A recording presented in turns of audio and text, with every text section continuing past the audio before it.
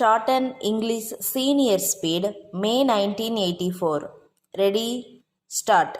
Mr. Speaker Sir, this kind of resolution is coming for the second time in this House in the year 1977. A similar resolution was brought before this very House and the Minister for Law then argued against the resolution, saying that it was not practicable and that it could not be implemented because of the size of this country. He also stated that there were many problems facing the country and that the implementation of such a policy will require large sums of money. He estimated the expenditure at rupees 800 crores for the provision of unemployment allowance. That was the main reason why he rejected the proposal, even though he was sympathetic in his approach to the problem.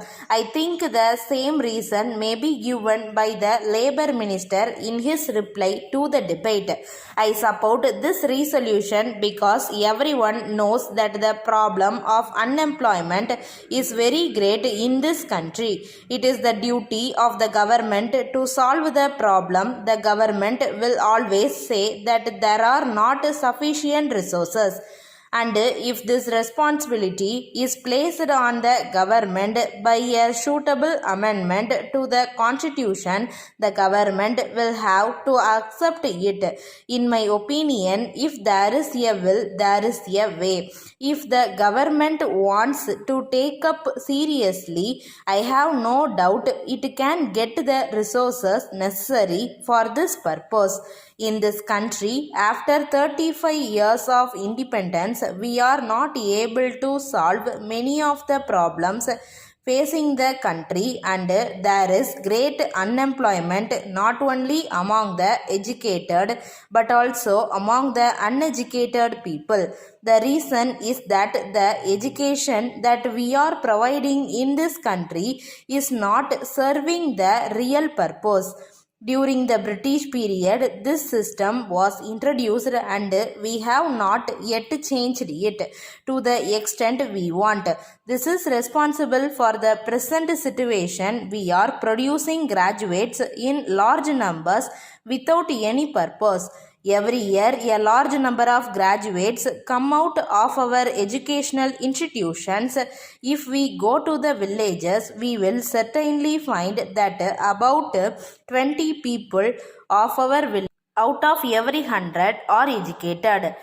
I am sorry to say that they seek employment only as clerks. They also expect the government to provide them such jobs. No government will be in a position to provide jobs in the government departments for all the educated people in the country. Any political party may say that it will provide employment to all, but after coming to power, it will find that it is not possible. In my opinion, it will be very difficult for any party to provide employment to all the people unless there is a great change in the educational system which was introduced a long time back. In this connection, my request to the government is this. Of course, it is not in the hands of the Labour Minister, but I request him to impress on the educational minister about the necessity to make a change in the scheme of education provided to the people. One of the reasons for the fall in the standard of education is that our young men do not benefit at all from the education which is now provided in our educational institutions.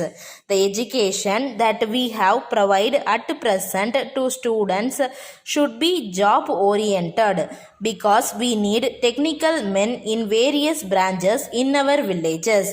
But I am sorry to say that we are not having sufficient number of these people. If we provide this kind of education, we can provide them with employment. Letter dated 20th June 1980 from Kumaran and Sons, Madras, to Messrs. Gopal and Brothers, Madurai. Dear sirs, kindly refer to your kind inquiry of the 10th instant regarding our new product advertised last week. As you are aware, we are specializing in the manufacture and sale of the said product.